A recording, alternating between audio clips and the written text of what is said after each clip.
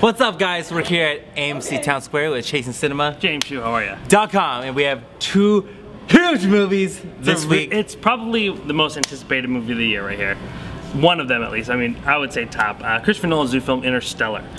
And last week I said that this Nightcrawler's the last movie I've seen with no trailers. Actually, that's not true. Interstellar, I haven't watched any trailers either, so I haven't had the anticipation as much as everyone else has. So what are you expecting out of Interstellar tonight? You know what's great about Christopher Nolan films is he keeps it so under wraps, and I don't know if he has his actors, they literally don't say anything either. Like, literally everything's always under wraps. Not like Idris Elba. Yeah, I know, in Age of Ultron too, but yeah, I don't know.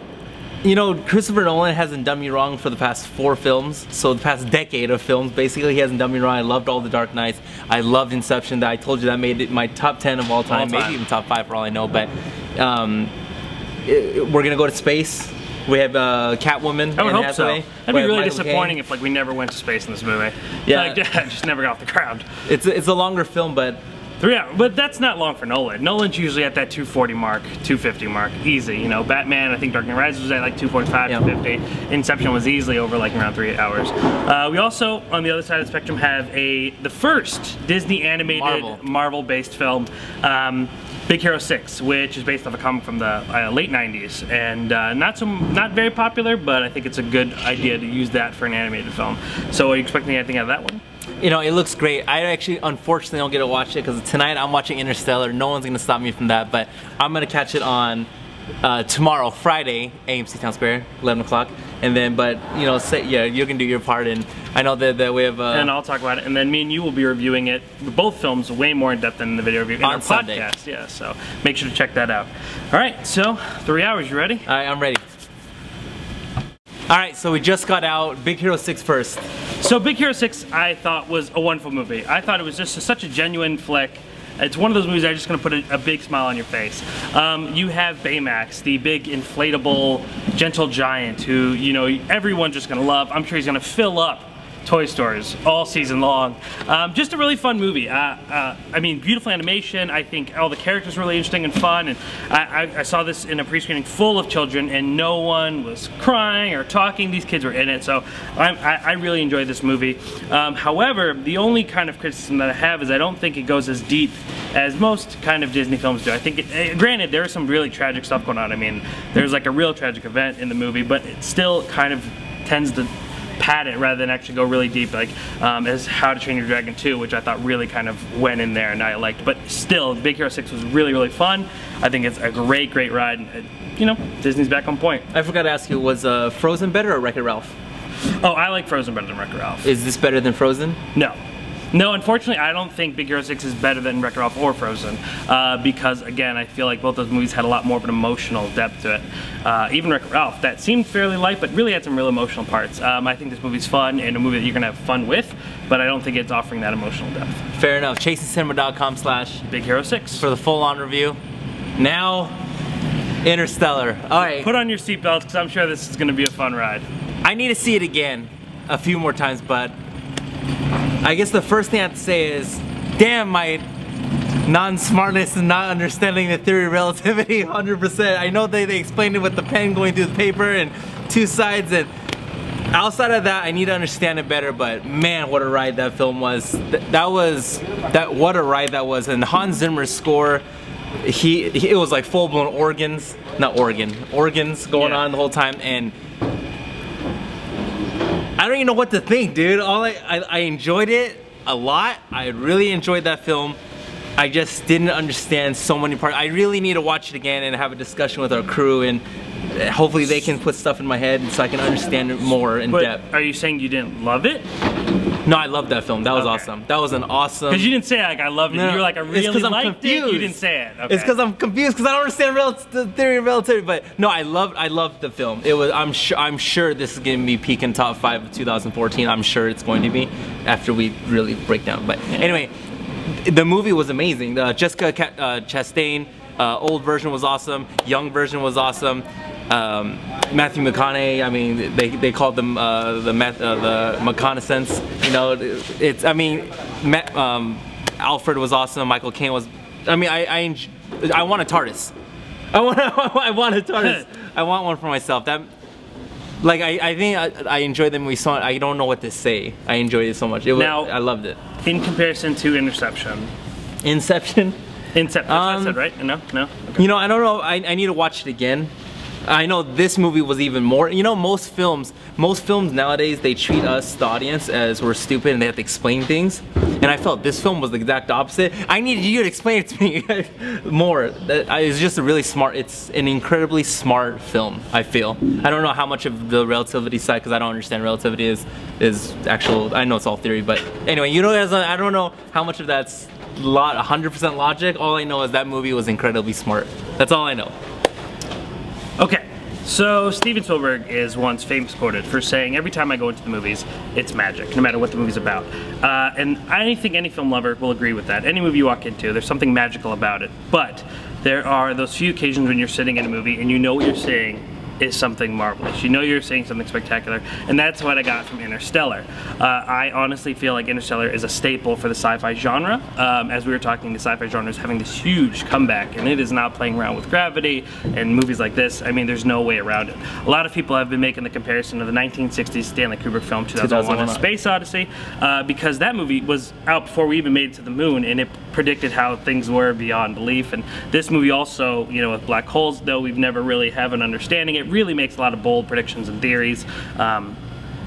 So visually, I mean, this movie's a marvel. You can't deny how amazingly spectacular this movie is. However, I think Interstellar definitely has a share of problems.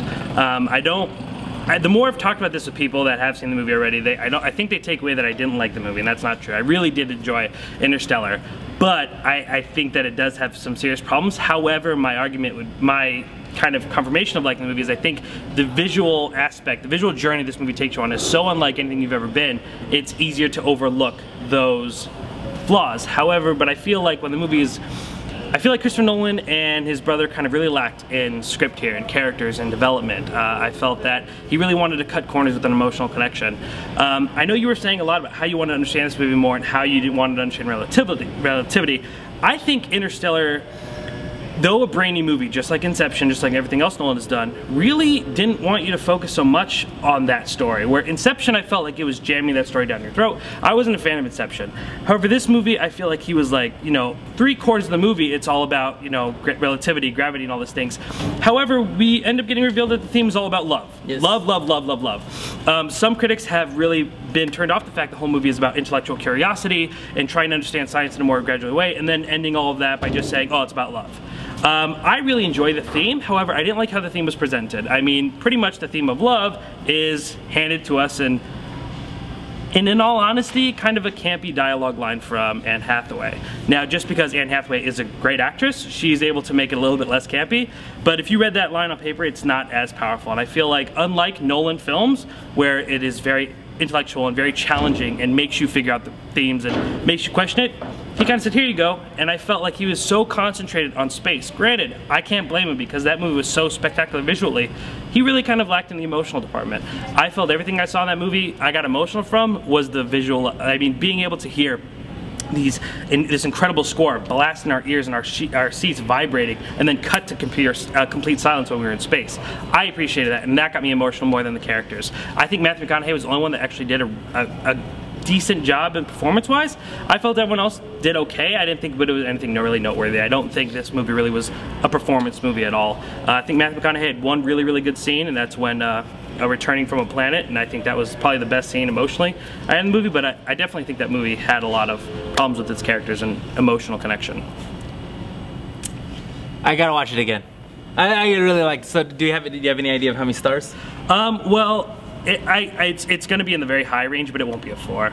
Like, I don't even have anything to really say to you off what you said, just because I need to see it again. Like, well, did you feel? I mean, what did you feel? Did you feel emotionally connected to the characters? Yeah, I love. I mean, the last 2 minutes of the film for me, because my favorite movie is Titanic. So the last 2 minutes of that film, I was like, I love that. I love that that last 2 minutes segment. I just feel like there was, I mean, to easily break down this movie, there was moments in space and there's moments on Earth. And the moments on space were a spectacle that is unmatched by any movie I've seen in a very, very long time. But the moments on Earth are kind of just an average movie. Well, check out the full-on review at chasingcinema.com/Interstellar. And then we're gonna give I'm gonna see Big Hero 6, and then we're gonna do the podcast on Sunday, so check that out. And we'll have and he'll see Interstellar again, so we can have a much more in-depth conversation. Yeah, I need to see it again. It'll probably be a very, very long review of us going back and forth, but I mean, we both agree we both enjoyed it. Yeah, more than an average movie. It is a beautiful, beautiful, beautiful film. I loved it. It was an awesome film. Go see this movie, and if you get a chance, go see it in IMAX. Go see it in a theater where, you know, your sheets are shaking, everything's huge. That's the best way to see this movie, because it's one you don't want to miss in theaters. Because once it's not in theaters, it's going to take away a lot of that amazement. You know, like Stephen Hawking always talks about black holes and stuff like that. Well, Yeah. one of the things he says that is like on planet Earth, if we as humans can't get along, if we can't get past like war and stuff. I mean, I'm paraphrasing because I'm not him, but he basically says if we can't even get along here, we're never us as a race, humans, we're never going to be able to even survive anyways, because we're not supposed to be on Earth, is basically what he was saying also. Yeah. And then so this movie really for me was just like, and then that last 2 minutes I was like, yeah, that's, I don't know, it's awesome. Again, no, I agree with you. I think the themes, what this movie was saying, I really got, and I really connect, and I really could stand behind. It was just how the theme was presented that I was like, whoa, that was kind of like really just silver plated to us, and I didn't really necessarily appreciate that. But I think the movie does have beautiful themes. It has a lot to say, and I was really glad that Nolan was like, listen to what I have to say rather than concentrate on the story. Don't worry so much about what's going on and trying to figure everything out, but listen to what I'm saying. And I think that was his problem with Inception, so I was glad that he did that in this movie. But again, more for the review. Yeah, and then we'll be back, and then Sunday, 7 days from today, we're watching, I think it's... I know, Foxcatcher. I'm watching Foxcatcher over the other one. It's horrible. No, isn't actually Dumb and Dumber 2. Dumb and Dumber 2 and Foxcatcher. I'm watching Foxcatcher instead of that. So we'll be back, guys, 7 days. Thank you, everybody, and we'll hear you guys Sunday on the podcast.